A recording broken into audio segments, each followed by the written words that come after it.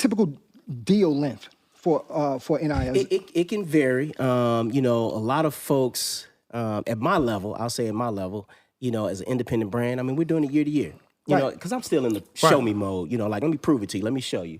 But ultimately, you know, say these college athletes, they're pretty much 3 years and out. If you're a top football player, you know, you're 3 years and out. If you're a basketball player, you could potentially do one and done. You know, the kid at Alabama, Brandon Miller, you know, he's going to be a one and done. Yeah. So even if he, you know, he steps on campus and University of Alabama arranges an NIL deal for him, the best they're going to get is a 1 year NIL deal. Which is fine, you know, so they vary. But ultimately, you know, you want to have it as long as you possibly can.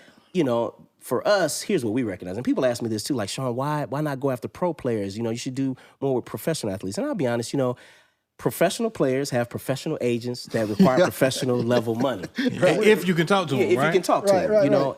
And so I'll be the first to raise my hand. You know, we're not at that level where we can sit down and have those type of discussions that are legitimate at the level that professional players and professional agents are used to seeing. But I'll also offer this. For us building a brand, we recognize that the fact that you are a professional athlete, by definition, you are at the end of your career.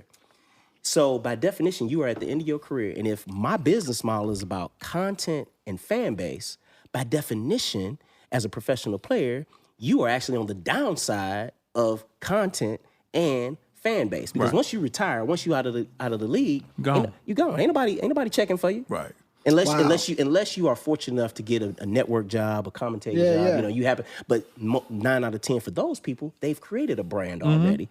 So that's how they've been able to leverage getting on the network as a commentator. So I have kind of backed off of going after professional players because, one, we're just not there. And based on our business model, you're at the end of what we need. We're at the end of content generation and at the end of a maintained fan base. So for us, high school and college is a more strategic decision for us because, by definition, those young athletes are at the beginning of what we need. I need content and fan base development.